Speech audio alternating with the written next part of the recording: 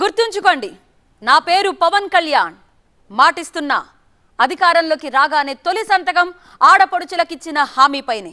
ఎప్పుడో 5 ఏళ్ల క్రితం చేసిన ఈ ప్రామిస్ ని పవన్ గుర్తుపెట్టుకుంటారా అనుకున్నారంతా. కానీ 2019లో ఇచ్చిన మాటను తొలి సంతకంతోనే నిలబెట్టుకున్నారు పవన్ కళ్యాణ్. డిప్యూటీ సీఎంగా పవన్ బాధ్యతలు తీసుకున్న వెంటనే ఏ నిర్ణయాలు తీసుకున్నారు? తొలి సంతకానికి ఎందుకంత ప్రాముఖ్యత? మేనిఫెస్టో హామీపైనే పవన్ తొలి సంతకం. 2019లో ఇచ్చిన మాటను నెరవేర్చిన సేనాని. డిప్యూటీ సీఎంగా బాధ్యతల స్వీకరణ. తొలి రోజే సమీక్షలు, అధికారులకు టార్గెట్లు. 10 ఏళ్ల రాజకీయం. సినీ రంగ ప్రస్థానాన్ని కొనసాగిస్తూనే రాజకీయ రంగ ప్రవేశం. పైగా డిప్యూటీ సీఎం పదవి. ఏం చేస్తారు, ఎలా చేస్తారు? శాఖలపై, గవర్నెన్స్ పై పవన్ కున్న అవగాహన ఏంటి? ఇవే ప్రశ్నలు వినిపించాయి, వెంటాడాయి.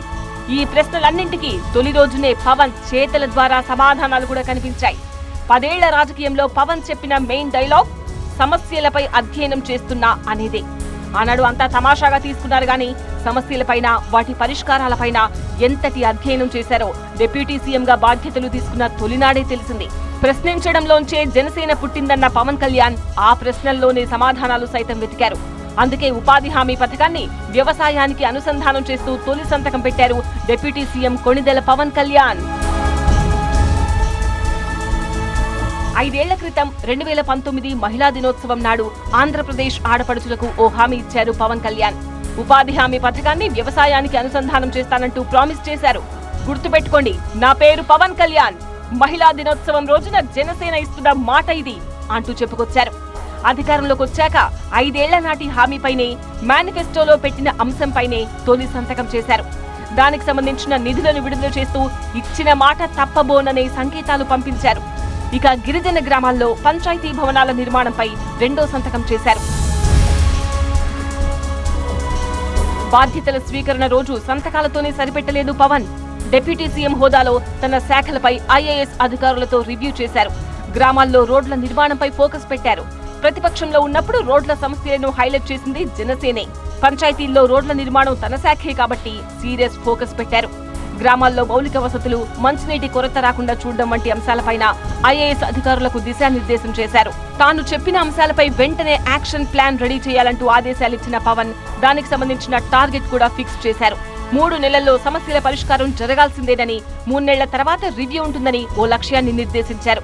ప్రజా సమస్యలపైన, వాటి పరిష్కారంపైన ఎలాంటి నిర్లక్ష్యం వద్దంటూ తన స్టైల్లో సూచనలు, ఆదేశాలు ఇచ్చారు. బాధ్యతల స్వీకరణ రోజు కాస్త ప్రత్యేకంగా కనిపించారు పవన్ కళ్యాణ్. చేతిలో ఓ పుస్తకంతోనే ఎంట్రీ ఇచ్చారు. ఏంటా పుస్తకం అని ఆసక్తి అక్కడున్న చాలా మందిలో కనిపించింది. గుంటూరు శేషేంద్ర శర్మ రాసిన ఆధునిక మహాభారతం పుస్తకం గురించి పవన్ చాలా సార్లు ప్రస్తావించారు. డైరెక్టర్ త్రివిక్రమ్ కు బాగా నచ్చిన పుస్తకం కూడా. అందుకే దాన్ని పవన్ కు గిఫ్ట్ గా ఇచ్చారంటారు. పైగా మార్కెట్లో కూడా ఎక్కడా ఈ పుస్తకం దొరక్కపోవడంతో గుంటూరు శేషేంద్ర శర్మ వారసులతో మాట్లాడి ఆర్థిక సాయం చేసి మరీ 25,000 కాపీలు ప్రింట్ అయ్యేలా చేశారు. అంత ప్రత్యేకమైన ఆ పుస్తకాన్నే తొలి రోజు తన వెంట తీసుకొచ్చారు. ఇక తొలి రోజు తొలి సంతకం కూడా చిరంజీవి భార్య సురేఖ ఇచ్చిన పెన్నుతోనే చేశారు. విజయవాడలోని తన క్యాంప్ ఆఫీస్ లో ప్రత్యేక పూజలు చేసిన తర్వాత వేద పండితుల ఆశీర్వచనాల మధ్య టైం చూసుకుని మరీ బాధ్యతలు స్వీకరించారు పవన్. డిప్యూటీ సీఎం హోదాతో పాటు కీలక శాఖలు అప్పగించారు సీఎం చంద్రబాబు. పంచాయతీరాజ్, గ్రామీణాభివృద్ధి, పర్యావరణ, అటవీ, శాస్త్ర సాంకేతిక శాఖలు ఇచ్చారు. పైగా పవన్ కళ్యాణ్ కు మాత్రమే డిప్యూటీ సీఎం హోదా కల్పించారు. అధికారిక నివాసంతో పాటు క్యాంప్ ఆఫీస్ ను సైతం కేటాయించారు. పవన్ కళ్యాణ్ గౌరవం, హోదా ఎక్కడా తగ్గకుండా చూసుకుంటున్నారు సీఎం చంద్రబాబు. ప్రోటోకాల్ ఎక్కడా మిస్ అవ్వడానికి వీల్లేదని ఇప్పటికే ఆదేశాలిచ్చారు కూడా. అందుకే ఏపీలోని ప్రతి గవర్నమెంట్ ఆఫీస్ లో సీఎం చంద్రబాబు ఫోటో పక్కనే డిప్యూటీ సీఎం గా పవన్ కళ్యాణ్ ఫోటో కూడా కంపల్సరీగా ఉండాలనే ఆర్డర్స్ పాస్ చేశారు. పవన్ కళ్యాణ్ కోసం ప్రత్యేక కాన్వాయ్ రెడీ చేశారు. మొత్తానికి జనసేన కార్యకర్తలు, పవన్ అభిమానులు ఫుల్ హ్యాపీగా ఫీల్ అవుతున్నారు. 21 సీట్లకు తగ్గారన్న విషయాన్ని పూర్తిగా పక్కన పెట్టి పవన్ కళ్యాణ్ కు దక్కుతున్న హోదా, గౌరవాన్ని చూసి ఎంజాయ్ చేస్తున్నారు.